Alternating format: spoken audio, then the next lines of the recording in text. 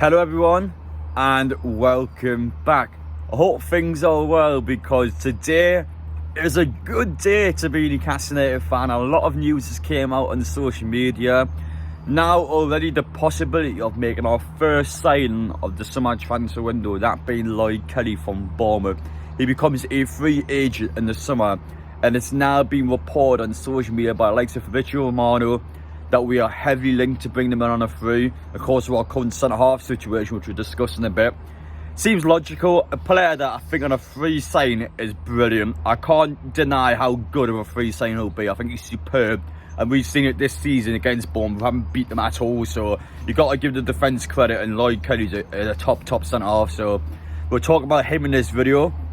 But I'd like to start things off by, first off, well done to Dortmund last night. They've made their way back to Wembley. It's a historic moment for them. They're back in the Champions League final. A team that you wouldn't ever think would be able to get to the final, but honestly, by far, in my opinion, the best team that we've had at St James's Park since the takeover. They were superb against us. They controlled the game well. Both legs, they just had Newcastle's number. Didn't have the best squad in the world, but they got a lot of experience and they just understand each other. They understand what the Champions League is. They're able to grind out results. I didn't think we were terrible against them, but they definitely outscored us. I just thought Newcastle were, especially in that home game, we just were number 2 on the day. That Dortmund were a good team and they deserved to go through. And especially after that PSG garbage against us in that second game, got robbed by those. So to see those cheating Fs go out was a great feeling for us. So honestly, well done Dortmund. And the reason why I bring that up is because, well, both teams were talking about Newcastle United yesterday. So we'll start from the PSG side. So they were saying how after that loss to Newcastle at St James's Park, all the players actually went and done extra training. They went and got extra fitness in because how disappointed they were from that first game where they actually lost. And on the Dortmund side of things, he actually spoken at length, the manager in the press conference, and said that, well, once we beat Newcastle at St James's Park, we believed anything was possible. And he actually said that Newcastle game urged them on to do better, urged them on to get to the final. So he spoke quite highly about us, which is mental when you think about it, because we went out in the group stages and it was still getting spoken about despite this being all the way to the final now. So it's quite a nice feeling for them to say that about us. But it's also a compliment. It's also a good thing for Newcastle because of where we are now as a football club and where things have starting to reach. So no, honestly, it was a lovely comment from the Dortmund manager. Thank you, and well done in getting to the final. But anyway, guys, welcome back. We've got a couple of updates. So tonight I will be at Newcastle Blue Star. This cat keeps biting me. Can you not do that? So yeah, I'll be at Blue Star tonight. Obviously, playoff final. So make sure you get yourselves down there if you can. There'll be a vlog of it in the morning.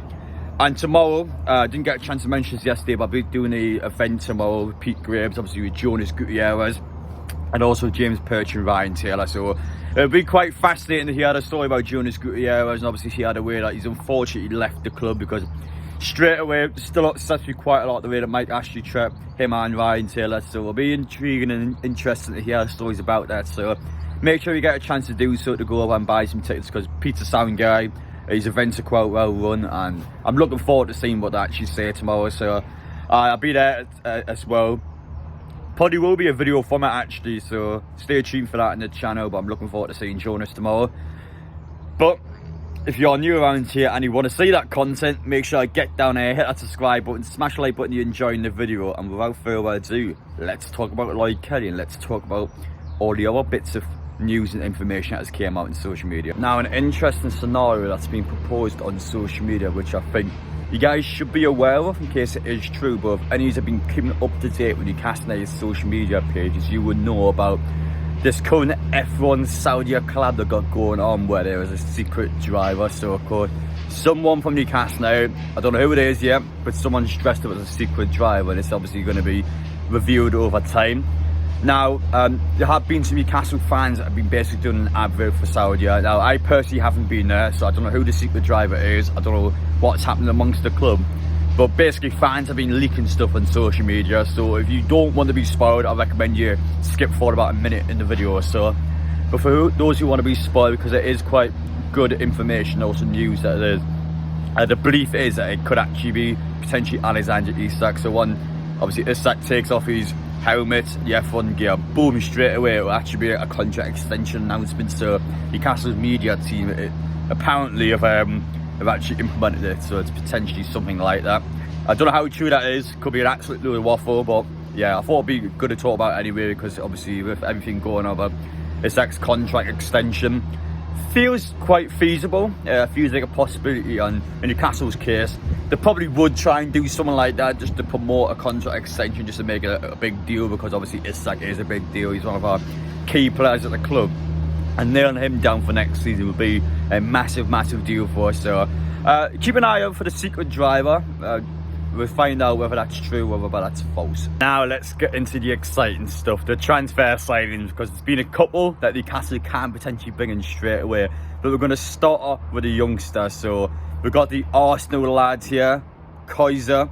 Now, someone that I've got absolutely no idea about the kid, don't know anything about him. But firstly, I just want to say straight away, I think it's absolutely hilarious that because of all the Arsenal rumours and social media, it's entirely possible that Arsenal could sign no Bruno, no Isak, and lose one of their best youngsters in Newcastle. So yeah, for all the Arsenal fans out there, I seen a comment yesterday of people going, how would a midfielder Odegaard, Rice and Bruno look in the world? I didn't know Newcastle were going to sign Rice and Odegaard this summer. I'm not going to lie, because it's PR delusion you think they're going to get Bruno. But why would Bruno join Arsenal? If he's going to join any team, you'll go to PSG, you'll go elsewhere, you go to Madrid, you would not go to Arsenal, you go to City if you would go to our Premier League team. So I'm just sick of these deluded Arsenal fans. You aren't getting Bruno and you aren't getting Isak, so just get over it.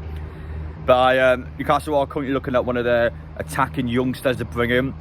Again, I wish I could tell you more about the kid. I just don't know anything about him, so I'm not going to come out and just waffle on about absolute BS, because I just don't know anything about the kid. So my impression is that he is one of Arsenal's better youngsters, someone that we know already. He's going to come in and do wonders for the youth team. Obviously, Alfie Howson is meant to have a good season for Newcastle. Of course, he came from Manchester City, so we are gradually building up this youth team, just getting better players in. But it's not just about bringing those good youngsters in as well, it's about building them up, because we think we've had a few players over the years. Obviously, the Longstaff brothers, Miley, Anderson, and even then, there's probably only one or two of them that you argue are key players of the squad. Well, it's just about building them up, getting some better youngsters in, and then making sure we have the actual depth. You've seen it this season, we've lacked the depth, cost us on the pitch, so it's important that we get the job done, we get these players in. But it seems to be a good signing, and also it's because it's an Arsenal player, which makes it even more funnier. They're going on to Lloyd Kelly now, so I mean, I've looked at his stats this season, by the way. He scored 5 goals already, that's many winning. What? That was a joke, by the way, for anyone that watched yesterday's video, because the fact that I've got bloody Nico Williams wrong and got the Nottingham Forest one this way, you can just tell I woke up on the wrong side of the bed, so my bad. But yeah, a serious note about Lloyd Kelly. Now, I've watched a decent amount of Bournemouth, a team that I would argue has massively overachieved in the league, is maybe a harsh way of putting it. Obviously, I think Solanke's been a big part of why they have been able to get potentially in the top half of the table. A team that I do rate, obviously Newcastle haven't beat them at all this season. It's because of teams like Bournemouth and your Lutons that we haven't won any of these games where it could potentially cost us if we don't pick up the results now when it matters. But Bournemouth's a good team, they're a solid team, and they're quite a solid defensive unit as well. Lloyd Kelly, for me, I've got a feeling a lot of Newcastle fans watching this video are going to go, well, this is where we are now, we're in Newcastle, we need to do better than this. Now guys, you've got to think about it logically, right? We need a centre-half because of the fact that Botman and Lascelles have ACL injuries which go into next season, which means we are missing 2 players going into next season. Lloyd Kelly is a free player, he will cost us £0. For me, he's a top free agent. He's a serious player to bring as a free agent. Newcastle had to spend their money elsewhere anyway. Still got to buy a striker, still got to buy a right winger, still got to get a goalkeeper, still got to get other areas of the pitch as well. So a centre half, as much as some of you guys would like to see it, go out there and spend 40-50 million pounds on a centre half, the reality is under FFP and the PSR regulations, we can only spend a certain amount. And I'm telling you now, Lloyd Kelly on a free is a fantastic sign, like a serious signing, and he's someone that can gradually build into the team and he'll be a great player long term. I'm telling you now that's a good sign on a free. I'm not 100% take it out, snap his hands off of that. But as for what people actually said about him in social media, so Fabrizio Romano has came out and said that he is 100% a target for Newcastle United. He's talked about it in his podcast.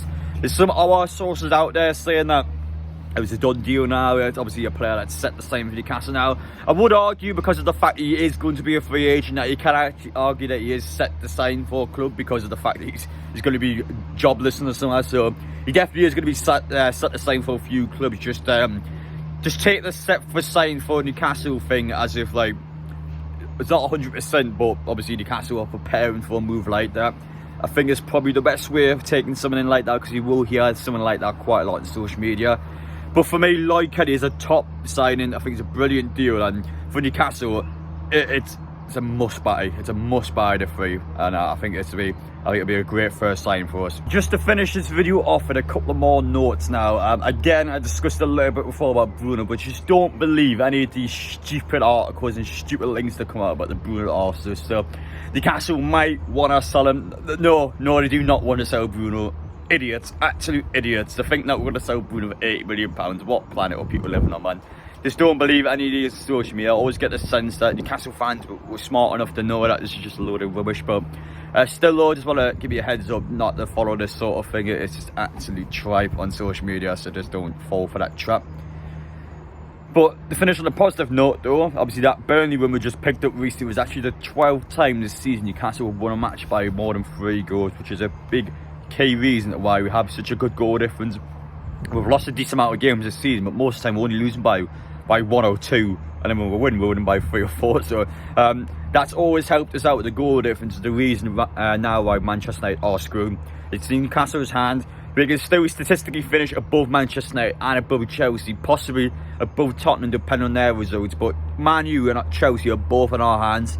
If we fall beneath them, it's because we drop points. It's not because they've gained points. They can't physically get above Newcastle. We have to win our games, and then we're guaranteed top 6. We're quite literally guaranteed top 6. So 3 huge games left to go. Some people yesterday made an interesting point about the FA Cup final. So people are giving you unlikely situation where if Manchester United actually were to beat Manchester City in the FA Cup final, what would happen in terms of European positions in the league, because of the fact that, well, Manchester United, it's entirely possible that they could finish 7th or maybe even 8th in the table. So what would happen if they take away a European spot? Now, it still depends how things go, because, well, if Manchester United finish, well, 6th. Now, let's say Man U finish 6th now, they win the FA Cup, it would still drop down a league position because of the fact that the Europa League spot is 5th and 6th. So it wouldn't change anything there. But if Man U were to then finish, let's say, 7th, Man U finished 7th, so that's a Conference League spot, and then they won the FA Cup, which means that was supposed to be a Europa League spot. I'm still unsure exactly how all the different scenarios work, because to my understanding, there's had to be a Conference League spot in the Premier League. Someone in the Premier League has to go into the Conference League, as far as I'm aware, in the UEFA regulation. So I don't know then if 6th spot then would become a Conference League spot. I don't know. It's a bit finicky when you look at all the different scenarios in it. So best case for Newcastle is quite literally just to get top 6. So any of these scenarios after the season's done, you don't have to think about the possibility of no, look, let's say Newcastle finish 7th now. If we finish 7th, you know for a fact Man U will beat Man City in the final. It's just typical Newcastle BS. So, you know, it would just be typical Newcastle BS. So quite literally, the best way of avoiding that situation is not to get into that situation. Let's just get top 6 football now. Ensure your Europa League football. Let's get ourselves in a good competition this season. Let's make lots of money, and hopefully let's potentially go far in. So that I would say win the entire thing. We even see Liverpool this season. It's not an easy competition. Bayer Leverkusen have got to be one of the world's best teams, and they're in the competition. Atlanta beat Liverpool. Milan's in there. Of course, the team that had our number at St James's Park. We've got a few big teams in there where it would have been hard for Newcastle. I mean, there's some serious competition in Europa League. I don't think it's actually realistic that we could win it. I don't think it would be far worth it. I think it would definitely maybe a semi-final team. Could potentially sneak into the final if we want to be ambitious and we want to be confident ourselves. But there's some top teams in there, especially when the Champions League teams drop, and there can be some serious teams in there. So I don't think I would argue it's not feasible that we could win it. Whereas the Conference League, I think odds on favourite to win, Newcastle would quite literally be the favourites in the Conference League. So it depends how you look at it. Would you rather win something, or would you rather make more money in long term just to try and improve yourselves as a team and then win something that's even bigger than the Conference League? So it depends how you look at it. But for me, I'm absolutely trophy hungry, to be honest. I'm just wanting us to win something. I'm wanting to see it with my own eyes. So it's up to us to get the job done. Brighton, big game Saturday. I see you tomorrow, the Newcastle Blue Star playoff final vlog, and then we'll see where things go from there. But take care, guys, and we'll see you all in the next one.